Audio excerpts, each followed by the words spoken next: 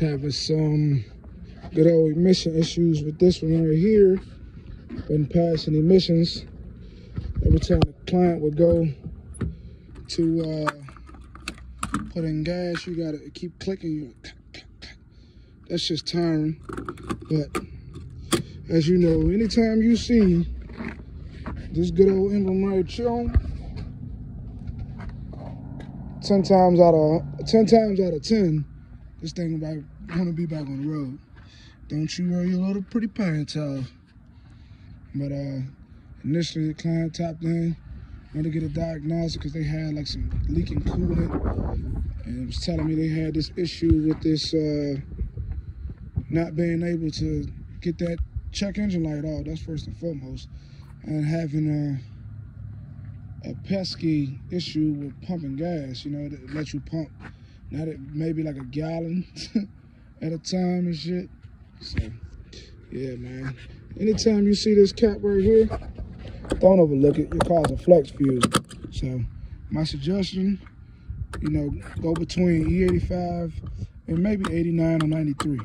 But 93 being the first choice. If you can't get the 93, get 89. Well, if you can get the 89, you can get the 93. But if you can't get the E85, put 93 in your car, man. Regardless of what GM stated, it's a fact, you know. In these vehicles, if you're pushing a V8, you know, it's always best to go with the higher octane, you know. Especially if you running your car like hard and shit like that, man. You want the best gas mileage, the best gas performance, all that in your vehicle. Not saying you get 93 so you can drive fast and do all that other crazy shit, but you know, realistically, 93 works better in V8 applications, man. It definitely does.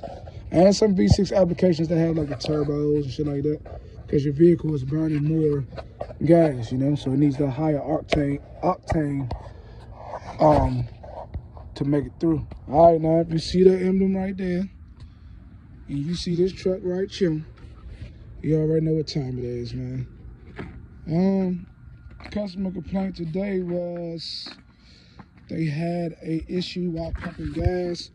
It would only allow them to pump gas maybe like a gallon at a time. Don't pay attention to that. I did that so I could see.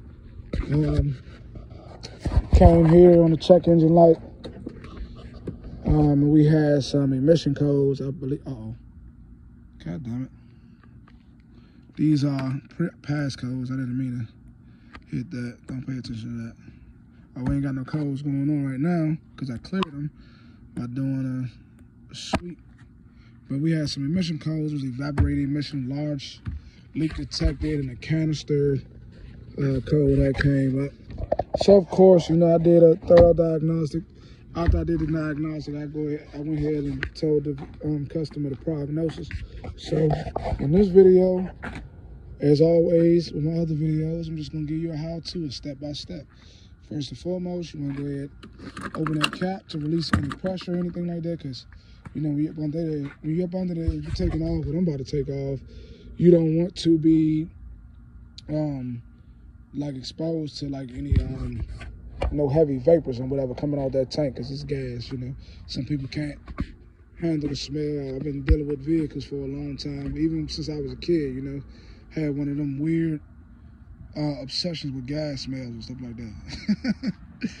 But anyway, enough of my rapping, man. We can go ahead. We're gonna go ahead and jump to the fix right now. All right, ladies and gentle cars, I'm just gonna go ahead and say that now. If your stuff looks like this, you need some penetrating oil. Just go ahead and get the nozzle up in there and spray that, and let it sit for about 5 minutes, man. Let it soak good, you know, because you're gonna need this to. You're gonna need to separate this from that, and the last thing you need is these bolts breaking in there, because you can't put it back like that unless you know what you're doing. You drill it out, put a bolt through bolt nut, you know. But this is for the average person. This is the charcoal canister. This is what basically holds all of the fumes from the gas tank. The fume vapors and stuff go here, and this is what filters it, so that way you don't have it like leaking everywhere. But this is the issue. If you haven't, what I explained in the previous section of my video, showing how you go to the gas station, you pump in, and every damn gallon or every few dollars or cents. You get a click. This is why, because this is no longer holding the vapors that's coming off, and the gas is just going inside the tank and through all the lines and stuff. Well, this is the cause right here. This right, this little small piece of crap right here, this one. You know, and this one looks like it's been replaced with some aftermarket specialties, I guess. I don't know. Someone did this fucking shit, and they didn't know what to do. I'll tell you that. But that canister right here, this little bad boy right here, is what causes the clicking.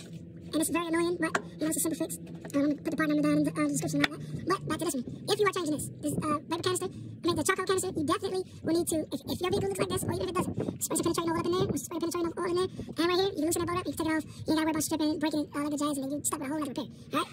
So disconnect those wires, and then like a quick disconnect, you can use like a flathead screwdriver, or you know, something with a straight edge, plug that in, and then just pry the tap. You do not need to hammer it off, because you break this, and you break that. Well, if you break this one, and you're not changing it, you know, you're going to change like that, but be gentle.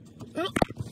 Right here, you might want to spray that too, because it's looking all salty and stuff like that. You might got some corrosion in there, you might have a hard time getting it out. You have one more up top that, you know, just quick disconnect. You grab us some of those pliers, pry it off, take those, the 3 bolts off, 215 right here. I believe this one is a 13. From now on, I'll correct that. And you take that off, alright? And that's for the vapor canister.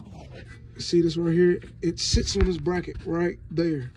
So you gotta put it in, and it's like a little tab that holds it in place. You'll see it on the new one. And it just snaps in. And then you disconnect with this harness. You're gonna need to change this harness as well, if it comes with it. Not if it comes with it. Sometimes they do, sometimes they don't. But if it's broken, damaged, corroded, or anything like that, when you take it off, make sure you get this harness. I will be posting the part number for that one as well. And then you go all the way over, and you're gonna follow it up towards right there. And there you go. Hold on, wait. Let's get you up so you can see. See, it goes all the way up there. Just a clusterfuck up there, but you know, we're gonna clean it up, make it look a lot better than that. All right, y'all stay tuned for the fix. All right, now we got it all out, and this thing smells like it's filled with freaking gas. If this comes off with your, and that's still up there, if this comes off with your canister, make sure you take that off and put it back in there. Don't forget that, or you're gonna be reinstalling. Like, where the fuck is it? It just saves you some time. But like I said, I got this off. This was replaced before. Well, this one was probably replaced before, and somebody just used like some makeshift hose. I'm gonna actually keep that hose for future references. But as you can see, everything is all out. And we're gonna put this back in there. The other part, put everything back in there. We're gonna go ahead and put this car back on the road, get this customer their vehicle back with no more headaches. And that is the most common fix for these cars. If you got the evap light on, or even in the earlier stages of things, if the light isn't on and you're having that issue where you go on a pump, and it's not working, it's always that damn evap canister right there, because the little filter inside of there is not allowing the vapor to come down, and where the vapors to move, being filtered properly, and it's clogged up, so it's pushing it back up out of there. Or if you ever go to pump gas and you release the gas cap, and you like hearing that shit going shh, because all the pressure's staying right here, it's not moving around like it's supposed to. But there it is. That's the removal of it. Like I showed you guys, and actually these were not 15mm bolts. They are actually 13s. I'm sorry, I was eyeballing it, looking through the camera, and not actually looking at the bolts. But you take those 2 bolts off, and when you're done, you can go ahead and take the bracket off to put the new one on, and we can go ahead and swap it. You know, put everything back together, make sure you got everything plugged up and connections bolted on tightly. Hey man, and that's it. Let's go ahead and put this one back together.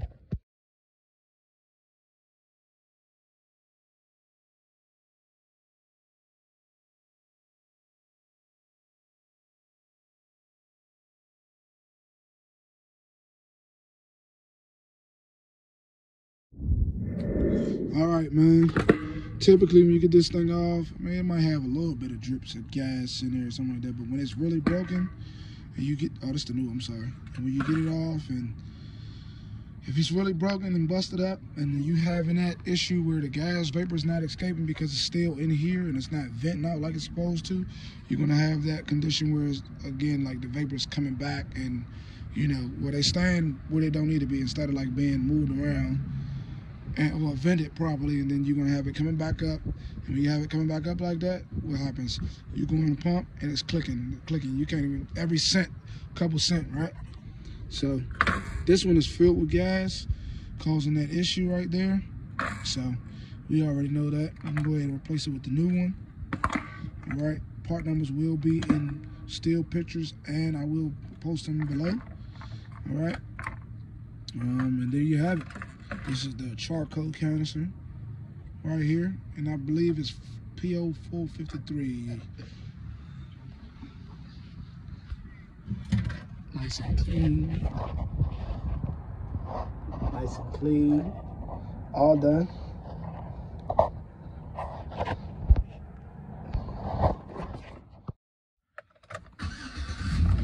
Woo! No more delays. She start right up. All right. All parts out. Let's go ahead and let her down on her heels. All right. All right, man. All right, man. To the next repair. As always, happy wrenching, fellas and gals.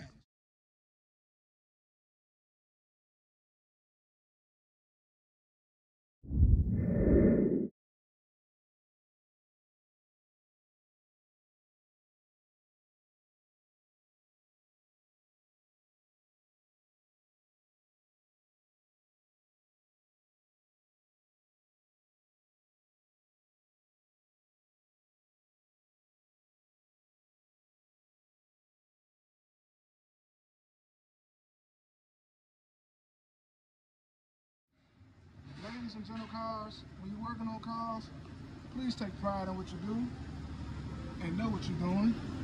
All right, so this one, we was having an issue with the evap canister, and where we had an evap canister code, we had an evap the charcoal canister, and we had the canister code on in this vehicle, and fixed it, and we were still having same similar issues, right?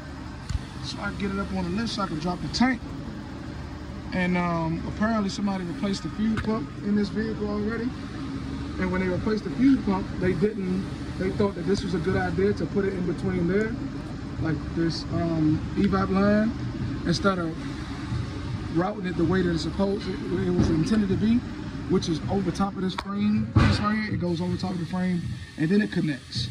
And it actually this is what's causing the issue when the customer's trying to pump gas, and it keeps sending like a surge back up there like it's full, and only let him pump like maybe 50, 60 cents per squeeze. And this is the issue right here. I suspected that because I replaced all this, that we had like some beads, leftover beads from the canister clogged up in the tank. But after further inspection and review, I found the issue. So if you're gonna be working on it, take pride in what you're doing. Because if not, you're gonna have issues like this, man. And it's costly in the long run. All right, over and out, brother.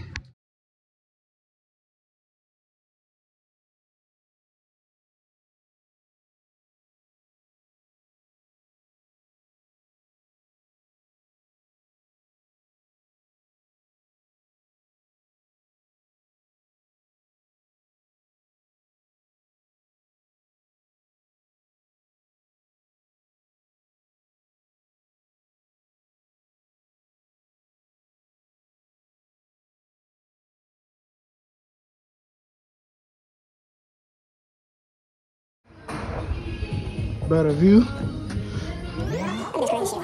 And then this ain't doing what it's supposed to do. Crazy. Crazy tail cell. Alright now. That's very temporarily, like, you know, add some type of justice to it until we get the new part. None of the dealerships have it in stock, from my understanding. But I'm gonna say this again. If you want to do something, make sure you are knowledgeable as to what you're doing, because this stuff right here is costing clients money, and come on, man, your reputation on the line too. I mean, we don't know who did it because the client just bought the car, but, you know, if you're gonna do it effectively, bro. You know what I'm saying? I mean, I'm not perfect. I've had my days where, you know, I've done something in my younger days, but come on, man. You're gonna do it right, man. Just that simple. All right, let's go ahead and put this back together and put it up. And after we put it up, go ahead and take it to the gas station and see if that does some justice. We go from there. I hate to be one of them people that make shift stuff, but this one did not have a gasket on it, and they had it zip tied to the fuel rail. So, from my expertise, we're gonna see if this works. All right. Just some AC rubber hoses or whatever. Let's see if it works. Let's see. All right, and that worked. You're not gonna have no leaking or it going nowhere. You can turn it, but you gotta like use force to take it out. All right, well, that settles that. Well, let's go ahead and put this thing up and get her out of here.